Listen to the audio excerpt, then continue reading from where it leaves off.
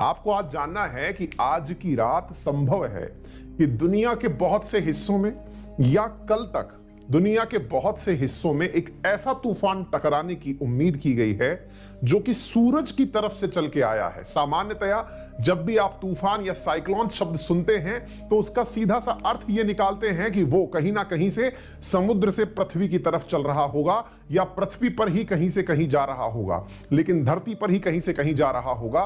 लेकिन आज जो आप सुन रहे हैं वो ये है कि समुद्र से अर्थ की तरफ चल रहा है एक ऐसा तूफान जिसकी गति 16 लाख किलोमीटर प्रति घंटे की रफ्तार है। अक्सर आप सुनते हैं 150 किलोमीटर प्रति घंटे की रफ्तार से हवा चल रही है। यहां चौंक जाएंगे सुनकर के कि 16 लाख किलोमीटर प्रति घंटे की रफ्तार से अर्थ की तरफ बढ़ रहा है एक तूफान, जिसकी वजह से संभव है कि आपके मोबाइल का जीपीएस कनेक्शन लॉस्ट हो जाए, संभव है कि हमारी क्लासेस लॉस्ट हो जाएं, आपको क्लासेस ना दिखाई पड़े, हो सकता है कि आपके इंटरनेट सिग्नल्स गायब हो जाएं, हो सकता है कि सैटेलाइट्स के माध्यम से जो आप तक पहुंच रही समाचार या खबरें हैं वो सारी गायब हो जाएं।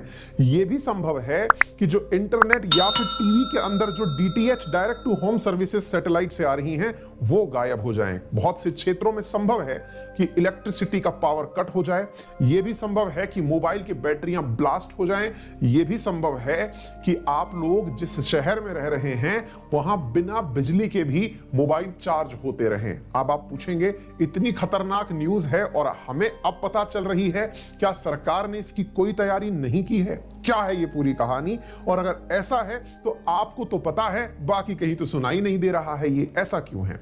आइए मैं बताता हूं। साथियों, एक ऐसा तूफान जिसका प्रेडिक्शन ये करके किया गया है कि यदि ये वर्स्ट फेज में इंडिया को हिट किया तो जो मैंने आपको अभी सुनाया इतना सब कुछ हो सकता है। लेकिन पृथ्वी का अपना डिफेंस मैकेनिज्म है।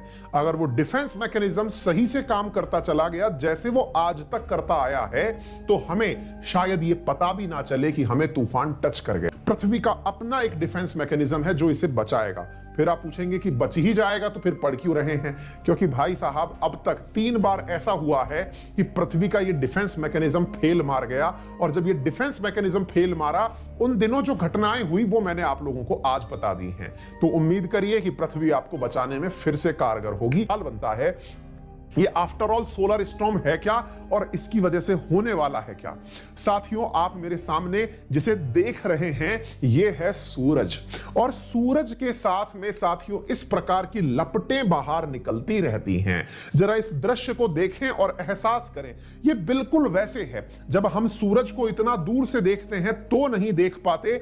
जरा विचार करिए कि सूरज के अंदर इतनी रोशनी या इतनी दिव्यता या इतनी ऊर्जा कहां से आती है। तो आप देखिए, बिल्कुल फीलिंग ऐसी आएगी जैसे कहीं पर आपने अग्नि जलाई हो और अग्नि जलाकर जैसे लपटें ऊपर निकलती हैं। कई बार आपने लकड़ियों में अगर आग लगाई हो तो आपने देखा होगा कि कई लपटें होती हैं जो ऊपर तक उठ जाती हैं। बिल्कुल वैसा ही सूरज के साथ होता है। सूरज में भी ऐसी ही आग लगी हुई है। आप पूछेंगे सर सूरज में आग कैसे लगी हुई है?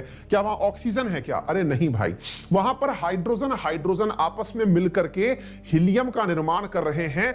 न्यूक्लियर फ्यूजन रिएक्शन चल रही है, नाभिकीय संलयन अभिक्रिया चल रही है जिससे ऊर्जा का निर्माण हो रहा है। साथियों, तथ्यात्मक जानकारी दूं तो हाइड्रोजन के ऊपर 96% और हाइड्रोजन उपस्थित है जो आपस में मिलकर हीलियम में कन्वर्ट होने की कोशिश करती है और ऊर्जा का निर्माण करती है जो नाभिकीय संलयन से बनी हुई ऊर्जा है। कई बार यह ऊर्जा इतनी निकलती है कि निकल करके ये चल पड़ती है अपने आगे की तरफ, पूरे सोलर सिस्टम की तरफ। सोलर सिस्टम में जितने भी ग्रह हैं, चाहे फिर वो मरकरी हो, वीनस हो, अर्थ हो, मार्स हो, जुपिटर हो, सैटर्न हो, निकलती हुई चली जाती है। इतनी तेज लपटें इसमें से बाहर निकलती हैं, ये पूरे सोलर स्फीयर को क्रॉस करने के लिए निकल पड़ती है। जरा आप इसे फेस फील करें, ये सूरज है और इस सूरज के अंदर आप लपटों को अगर उठता हुआ देख रहे हो तो यहां से ये देखिए इस प्रकार की लपटें बाहर निकल रही हैं और ये सोलर किरणें जो हैं ये पूरे की पूरे सोलर सिस्टम में होकर के एक बार से ही बाहर निकल जाती हैं। ठीक है ना?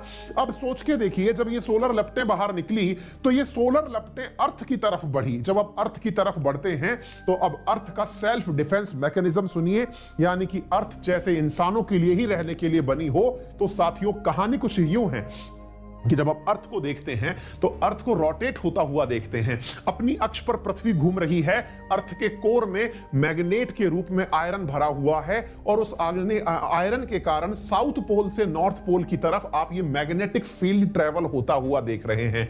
इस मैग्नेटिक फील्ड से जाकर के ये सूरज की जो लपटें हैं ये टकराती हैं, यानी कि ये जो लपटें निकल के आ रही हैं ये इस मैग्नेटिक फील्ड से टकराती हैं और हमारा यही उड़ता हुआ मैग्नेट जो आपने अभी देखा, जो यहां से निकलता हुआ मैग्नेट था, ये मैग्नेट से जब ये सोलर फील्ड टकराता है तो पृथ्वी की रक्षा कर ली जाती है। लेकिन आप पूछेंगे जब रक्षा कर ही ली जाती है तो पढ़ा क्यों रहे हो? क्योंकि कई बार ये मैग्नेट भी गड़बड़ा जाती है।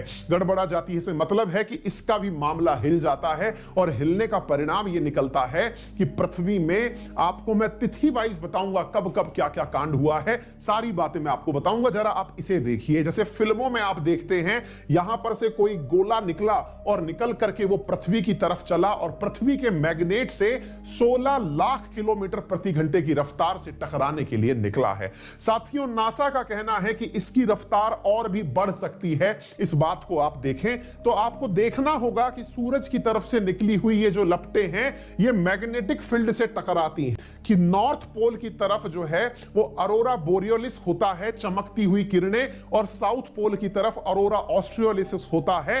क्या ये वही है? साथियों, सामान्यतया तो ये वही होता है, लेकिन ये फ्लेयर्स जब बहुत तेज बढ़ जाती हैं तो ये सोलर स्टॉर्म कहलाती हैं। साथियों, सोलर स्टॉर्म के अंदर सोलर फ्लेयर्स, कोरोना मास इंजेक्शन, बादलों का बनना, चुंबकीय विकिरणें, ये सब शामिल होती हैं। यानी सन की तरफ से निकल रही ये सोलर स्फीयर जब पृथ्वी के मैग्नेटिक फील्ड से टकराने आती है तो पृथ्वी का मैग्नेट इसे अपने साथ रोक लेता है और बिल्कुल ऐसे रोकता है जैसे धनुष आ गया हो सामने। पृथ्वी ने अपने सामने एक इस प्रकार का एक धनुषाकार संरचना का निर्माण कर लिया हो।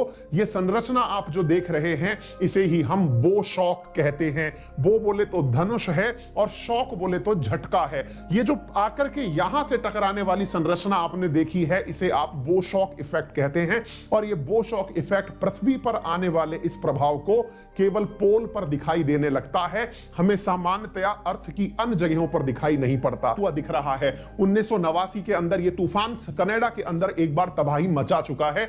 इसके साथ साथ 1859 की अगर हम बात करें तो 1859 में मेरे प्यारे साथियों इस प्रकार का जब तूफान आया था तो यूरोप और अमेरिका, अब आप पूछेंगे ये उन्हीं देशों में ऐसा क्यों होता है?